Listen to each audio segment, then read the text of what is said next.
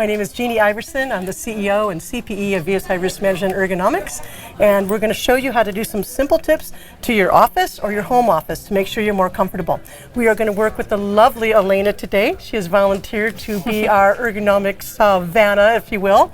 And so first thing we want to do is we always want to make sure that when we're working with keyboard and mouse, that we are flush with the work surface, meaning our wrists should be nice and straight. If our wrists are bent, the work surface is too low, or our chair is too low and we're reaching forward, but we'll talk more about that in a second. One thing I want to point out is the standard work surface height is 29 inches in height. That is for somebody who is 5'10" to 6'1". This is a universal measurement across the United States. So for people like me who are 5'4" and Elena who's 5'5", this is going to be too high. Doesn't mean you have to go out and get a keyboard tray, which I like myself personally. However, you just need to bring your chair up to the right height and then use a footrest, which we'll do that in just a second. But what we like to do is start with the chair. So the first thing we want to do is, lots of people out there might get some discomfort in the back and they immediately assume it's the chair. So what they do is they go out and they buy these expensive back cushions. I'm not saying you don't need them, but most of the time you don't. It's really due to the monitors usually being too high, too low, or mostly too far away. So the first thing we want to do is adjust the chair. So what I'm going to have Elena do is go ahead and sit down in the chair for us. And scoot your little bum all the way back in that chair.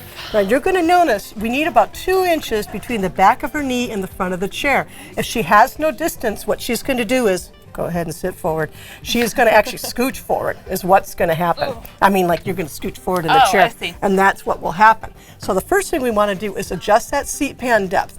For those of you at home that don't have a sliding pan, which I'm going to show you that in a second, what you can do is take the backrest and bring a lever here and bring that forward, okay? We want to make sure she's got lots of support back there. Go ahead and stand up for us for a minute. Okay. And what you can do is often there might be a lever right here underneath your chair if you have a true ergonomic chair. And so what you're going to do is you're going to pull that up. This will come out for taller people or back for shorter people. And we know that Elena is 5'5". She's kind of right there in the shorter spectrum. All right, go ahead and have a seat for us. Okay. All right, now you'll notice her back is there and she has space between the front of the chair and the back of her knee. Now the next thing that I see people do all the time is the armrests are always too high. People, what they'll do is they plant on those and then they'll say, gosh, Jeannie, my shoulders are really hurting. It's because their shoulders are always up like this and it takes a lot of effort, even though your arms are resting on an armrest. These muscles in the back on your shoulder, your upper trapezius, are still having to contract. So that's why sometimes your shoulders might be really tired because the armrests are too high. So what I like to do is bring those up and get them out of your way, okay? You want to get them out so you have not lots of freedom there, okay? Okay. Now, notice that Elena's feet are not quite touching the ground. There's a reason for that, because remember that 29-inch height and Elena's 5'5", her true working height, if she was actually down on the ground, excuse me, we got to find the right lever here, wrong lever. If she was truly, okay, go ahead and have a stand up for me for a minute. Okay. If she was truly at the right working height, go ahead and have a seat for me. Okay. If she was truly at the right working height, her feet are flat on the floor. I'm going to bring this back a little bit for you. Okay. Okay, and this, okay. Go ahead and put your elbows at your side. Now, in the old world of ergonomics, we used to say the 90 rule, but that doesn't really apply. 90 to 110 degrees of shoulder flexion, okay? But what you want to make sure is if you go too low and the wrists bend, that's not a good thing. We want nice straight wrists. If you don't have nice straight wrists and they bend, it's the #1 reason why people develop tennis elbow, lateral epicondylitis, and carpal tunnel. Talk more about that in a second. So if you notice, if she's at her true king height right here, you see this is too high, right? This is too low. So what we're going to do, we don't have a keyboard tray for her. We're going to ask our wonderful volunteer to go ahead and stand up for us. Stand up again. And what we're going to do, no, up, down, up, down, up, down, right? Now, the cylinder is a little bit older on this chair, so sometimes you kind of got to give it a little bit of help. All right. Now, what I like to use in the field is a footrest. People often think a footrest is for your feet. A footrest is actually for your low back, okay? Oh. So, yeah, I know, right? So go ahead and put your little feet on there. Get yourself comfortable. Does it feel better? It does. Can you feel how it takes stress off your low back? It really does. That's what in my world is called static loading. So we want to reduce or eliminate static loading on the low back. Okay? Awesome. Much better? Yes. Now, if we notice that your wrists are, this is still, I wish I could get your chair up a little bit higher, but I can't. It's just the chair. Most chairs go up to about 21 inches in height. This one's going up to 20, but that's okay. We've got something to work with. Okay. Now, the next thing I often see in the field, okay, is we get your chair adjusted, and we try to get you flush with the work surface. But another common thing I see all the time in office ergonomics, because of course we do manufacturing and industrial and lots of biotech, because we are in the Bay Area, right? Lots of lab. But the standard QWERTY keyboard, which is right here, the standard QWERTY keyboard is almost 20 inches long. This is about 19 inches long. So you'll see, and the orientation of the alphanumeric keys is to the left. So if you're one of those people that's constantly bringing your keyboard left and right and left and right, don't worry. Everyone else out there is doing it too, because you're trying to get centered right here in front of the key. So when you move to the left, you'll tend to reach to the right. Another common thing I see in the office workplace setting is people will have discomfort in the right shoulder. May I touch you? I apologize for not asking you. Sorry, okay. tickle you. Okay, and that's from reaching out for the mouse, and it's largely due to the keyboard being too long. So what we like to do is try to recommend a shorter keyboard. This one particularly is a Logitech K360. You can get these on Amazon for $22. Adesso also makes one. Bacher Elkshuizen makes one. There's Elvaluent makes one. So there's many brands that you can go, look if you need one corded or Bluetooth or dongle, whatever your company will, needs. Okay, so now if you can see, Elena doesn't have to give up her 10 key, but she's centered now. And if you notice, the mouse can get closer. But for all of you at home and who are working at the office right now, I am a huge advocate of vertical mice.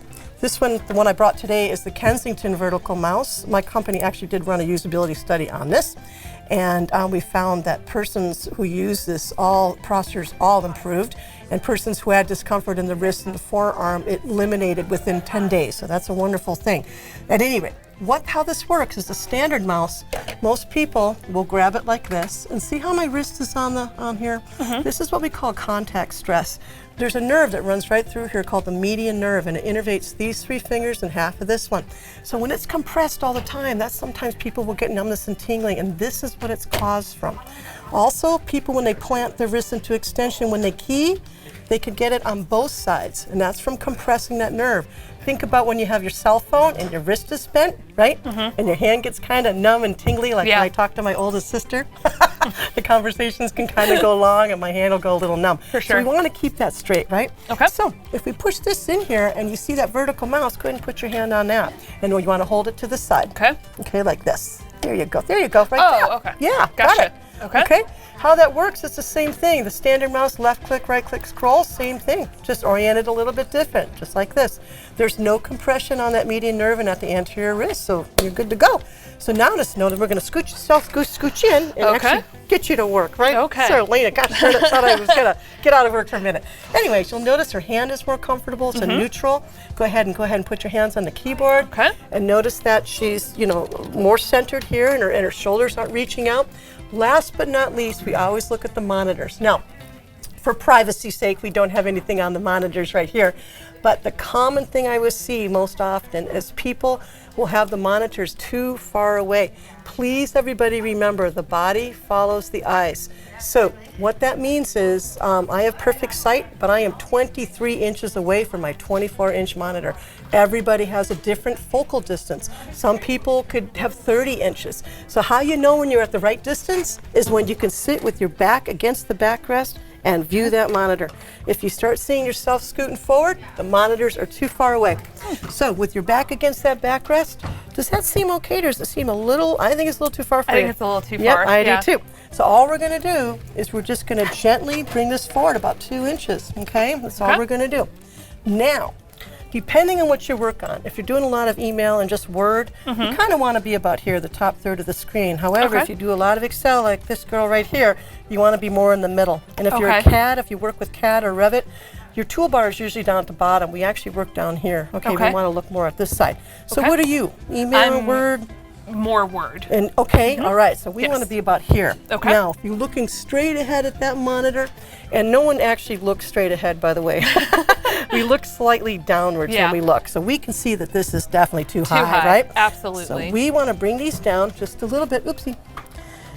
Sometimes these monitors have a mind of their own, everybody. like this one. It says, no, I want to stay there.